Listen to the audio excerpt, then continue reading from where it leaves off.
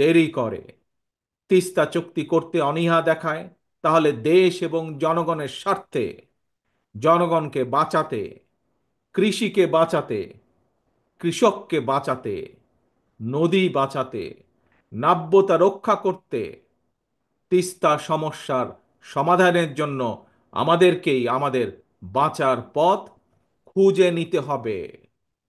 দেশীয় এবং আন্তর্জাতিকভাবে সকল সম্ভাব্য বিকল্পকে কাজে লাগাতে হবে।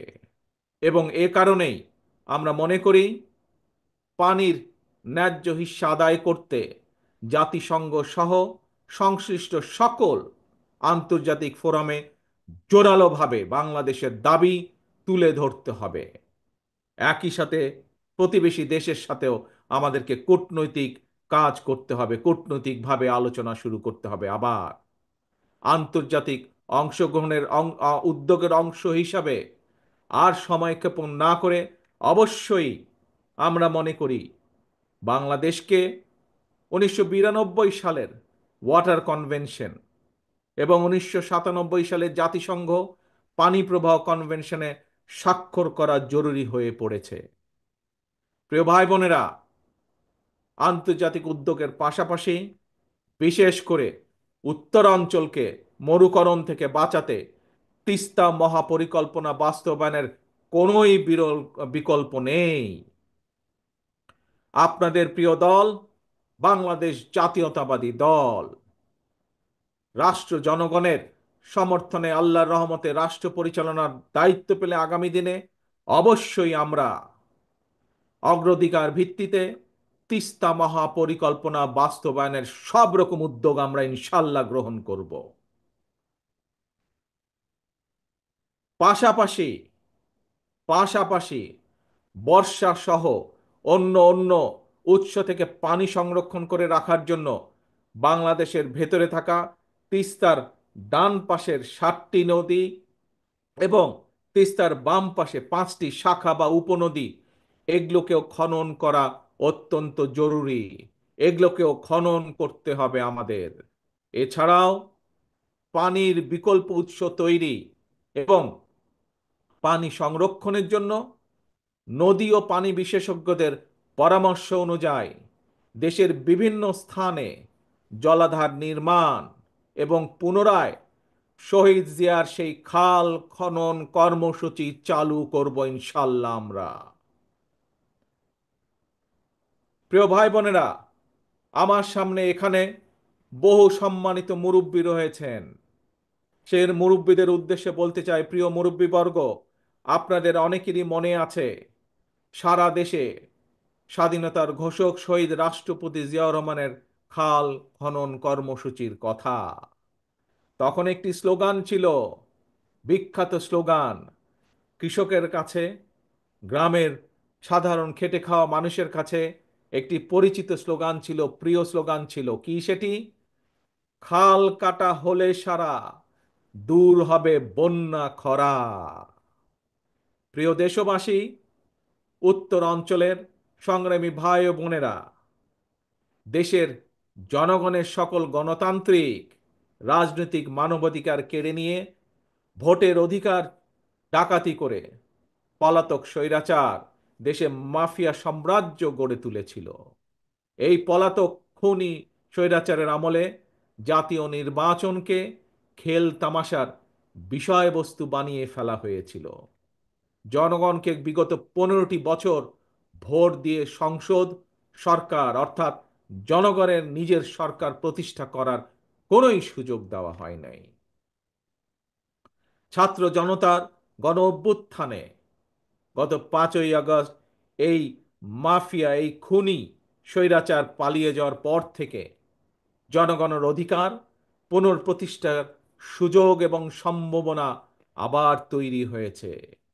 তৈরি হয়েছে ভোটের অধিকার প্রয়োগ করে জনগণের কাছে দায়বদ্ধ একটি গণতান্ত্রিক সরকার প্রতিষ্ঠার সুযোগ। কিন্তু গণতন্ত্রের পক্ষের শক্তি কিংবা সরকারের কোনো হঠকারী সিদ্ধান্তের কারণে যাতে এই খুনি পলাতক স্বৈরাচার আর তার দোসররা পুনর্বাসনের সুযোগ না পায়, সে ব্যাপারে আমাদের সকলকে সতর্ক থাকতে হবে। সে ব্যাপারে আমাদের সকলকে ঐক্যবদ্ধ থাকতে হবে অতীতের মতন। গণতান্ত্রিক দলগুলোর পক্ষ থেকে জাতীয় নির্বাচনের কথা শুনলেই অন্তর্বর্তীকালীন সরকারের কেউ কেউ বিচলিত হয়ে ওঠেন। প্রিয় দেশবাসী, প্রিয় ভাই বোনেরা, আমাদের অবশ্যই মনে রাখা প্রয়োজন, জাতীয় নির্বাচন নিয়ে এক এক উপদেষ্টা এক এক রকমের বক্তব্য এই খুনি মাফিয়া চক্রের সামনে বিশৃঙ্খলা সৃষ্টির পথ সুগম করে দেয়। এই জন্যই বিএনপি বারবার এই অন্তর্বর্তীকালীন সরকারের প্রতি তাদের কর্মপরিকল্পনার রোডম্যাপ ঘোষণা করার আহ্বান জানিয়েছে, প্রতিবার আহ্বান জানিয়েছে। তিস্তা তীরের প্রিয় ভাই বোনেরা, 2 দিন ধরে আপনারা আপনাদের দাবি নিয়ে তিস্তা পারের 11টি পয়েন্টে আপনারা কর্মসূচি পালন করেছেন। আপনাদের এই আন্দোলন অবশ্যই ইনশাল্লাহ বৃথা যাবে না। আপনাদের এই আন্দোলনে তিস্তা মহাপরিকল্পনা বাস্তবায়ন ত্বরান্বিত হবে ইনশাল্লাহ। জনগণের ভোটে বিএনপি রাষ্ট্র পরিচালনার দায়িত্ব পেলে অবশ্যই আমরা সকলকে সাথে নিয়ে তিস্তার সমস্যার সমাধান করব। তবে তবে এই যে একটু আগে যতগুলো কথা বললাম যে কিভাবে আমরা কি কি উপায় কি কি করব তিস্তার পাড়ের মানুষের সমস্যার সমাধানের জন্য, কিভাবে তিস্তা মহাপরিকল্পনা যে বাস্তবায়ন করব বা বাস্তবায়ন করার যে অঙ্গীকার করেছি, এই কাজ যদি আমাদেরকে করতে হয় তবে আপনাদেরকে একটি দায়িত্ব পালন করতে হবে, আপনাদেরকে একটি কাজ করতে হবে। সেজন্য আগামী জাতীয় নির্বাচনে আপনাদেরকে আপনাদের প্রিয় দল বিএনপির পাশে থাকতে হবে। বিএনপির দরকার আপনাদের সমর্থন। আপনাদের সমর্থন থাকলে, দেশবাসীর সমর্থন থাকলে ইনশাল্লাহ আমরা এই ধরনের তিস্তা সহ আরো যেই কাজগুলো আছে ইনশাল্লাহ সেই কাজগুলো বা সেই সমস্যার সমাধান করার আমরা সুযোগ পাবো ইনশাল্লাহ। প্রিয় ভাই বোনেরা, ইনশাল্লাহ ভবিষ্যতে তিস্তা পারে নয়, দেখা হবে আপনার গ্রামে, আর দেখা হবে আপনার ঘরে। আসুন, এই যে গত 2 দিন ধরে আমরা সকলে মিলে এখানে একত্রিত হয়েছি, এই যে হাজারো লক্ষ মানুষ গত 2 দিন ধরে যে আপনারা এখানে প্রতিবাদ গড়ে তুলেছেন, সারা বিশ্বকে দেখিয়েছেন কিভাবে ন্যায্য অধিকার প্রতিষ্ঠা করার জন্য বাংলাদেশের মানুষ, তিস্তা পারের মানুষ ঐক্যবদ্ধ হতে পারে নিজেদের অধিকার আদায়ের জন্য। আসুন, আজকের এই 2 দিনের এই কর্মসূচিতে আমরা প্রতিজ্ঞা গ্রহণ করি। কি সেই প্রতিজ্ঞা? সেই প্রতিজ্ঞা হলো জাগো বাহে, তিস্তা বাঁচাও, জাগো বাহে, বাংলাদেশ বাঁচাও।